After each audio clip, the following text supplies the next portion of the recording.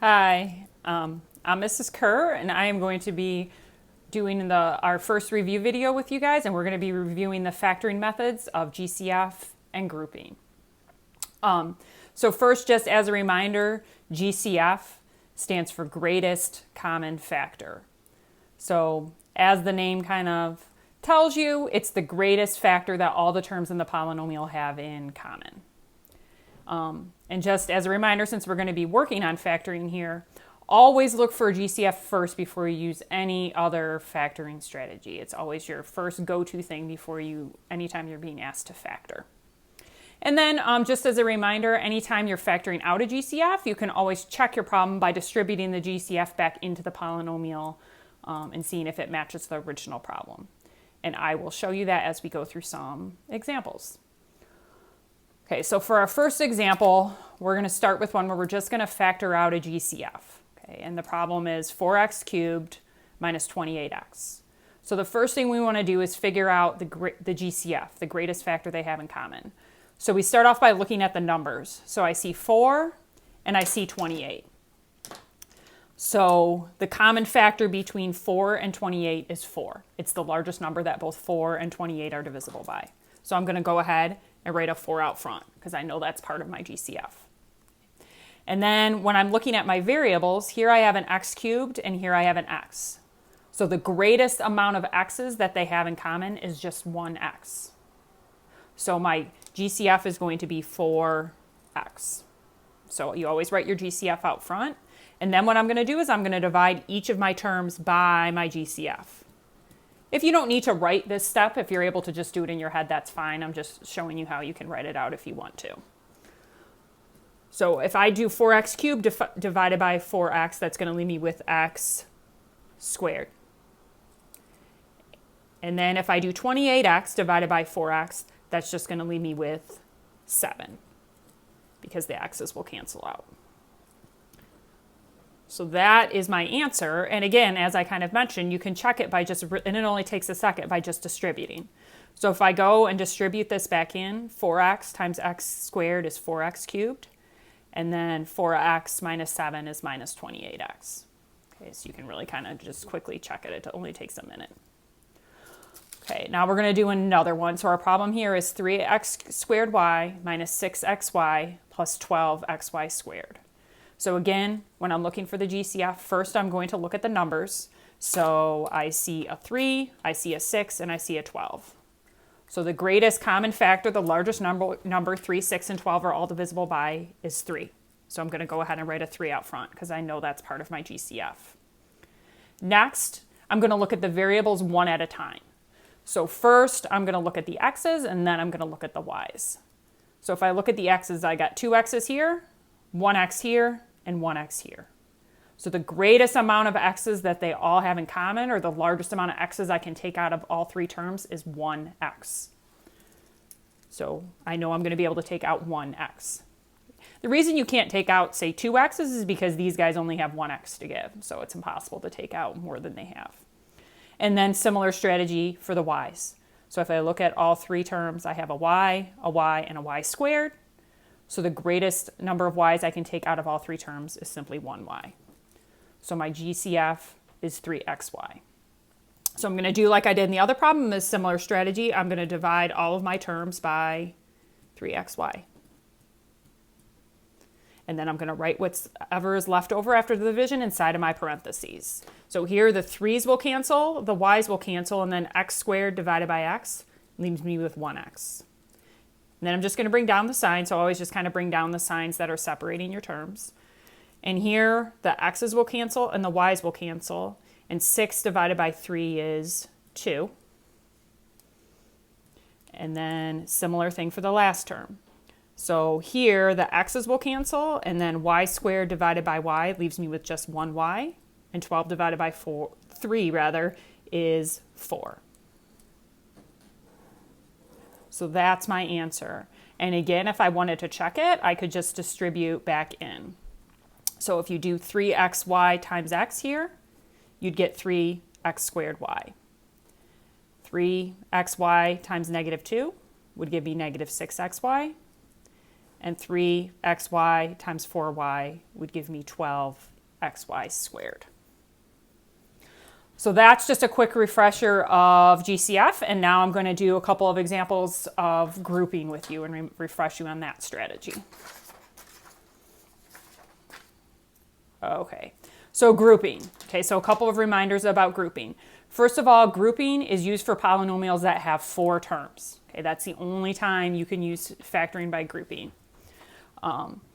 And the strategy for grouping is kind of what the name says. You group the first 2 terms together and the last 2 terms together. And then within each group, you factor a greatest common factor or GCF from each group. And then your last step is to factor out the common factor, which if you don't remember what that means, I'll kind of highlight the steps as I go through the next example with you. Okay, so we're going to do our second example here with a couple of factoring by grouping. So our first problem is 6x cubed minus 16x squared plus 21x minus 56. So the first thing I'm going to do is group the terms together. And I know I can use grouping here because it has 4 terms. Actually, I kind of forgot what I should mention first is before you get into grouping, you should make sure that you don't have a greatest common factor among all 4 of your terms, okay, which I do not here, right? There's nothing that all 4 of the terms are divisible by. So just a reminder to check for that. So I'm going to group these 2 together, and I'm going to group these 2 together. So I am going to look for a GCF of these 2 using a similar strategy like I did in the other example. So I have a 6 and a 16. So the GCF of 6 and 16 is 2. So I'm going to write a 2 out front here. And then I have an x cubed and an x squared. So the most x's I can take out of both is 2. So I'm going to take out a 2x squared. So I'm going to divide each of these by 2x squared. Okay. And after I do the division here, I'm going to be left with 6 divided by 2 is 3, and x cubed divided by x squared is x. Okay, bring down the sign. And then here, 16 divided by 2 is 8, and then the x squareds would cancel. So I've done the GCF of my first group. Now I'm going to go to my second group and take out a GCF. So I have 21 and 56. So 21, like the only thing that will go into 21 is 7 and 3 or 21 and 1. And 7 will go into 56. So my GCF number-wise is a 7. Okay, and I'm going to take out a plus 7, so that's why I'm making that a plus there, because I'm just going to take out a positive 7. We'll address what would happen if you took out a negative in the next problem. And then both of my terms do not have a variable. Only one of my terms has an x, so I'm not going to be able to take out an x. So my GCF for this second set of terms is simply 7. So I'm going to go ahead and divide each of these by 7. Write what's left over in the parentheses. So here that's going to leave me with 3x minus 8. Okay. So one thing you should notice when you're doing factoring by grouping is after you've taken out a GCF out of each group, these 2 things should be the same. Okay, what's in the parentheses should be the same. If it's not, well, you might just look back at the problem. It's possible that you made a mistake somewhere in your GCF, or it's possible that there was a negative you could have factored out, which we'll get to that in the next one, but those should always be the same, as you may remember. So my last step, and this is oftentimes the step that we kind of tend to forget the most or struggle with the most, that's this factoring out the common factor. So if I look at this term and I look at this term, they both have a 3x minus 8. So I'm going to factor out the 3x minus 8. So one of my factors is 3x minus 8. Okay. And it's like you've taken it out of both of them.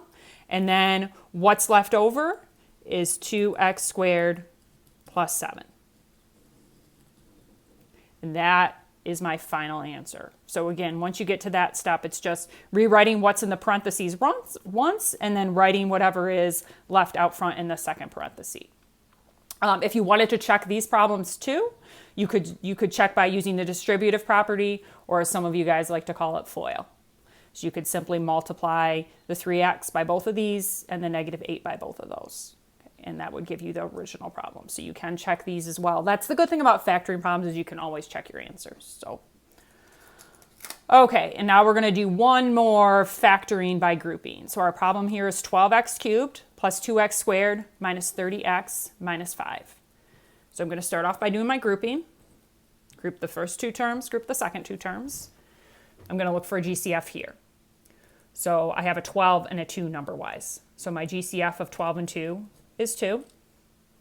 And then I have an x cubed and an x squared. So my GCF is of those two is x squared. So I'm going to divide each of these by 2x squared. And again, if you don't need to write that step, just skip it.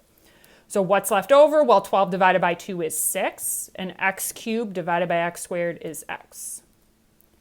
And then here, this is where sometimes it gets tricky and we don't know what to write. The 2's will cancel and the x squareds will cancel.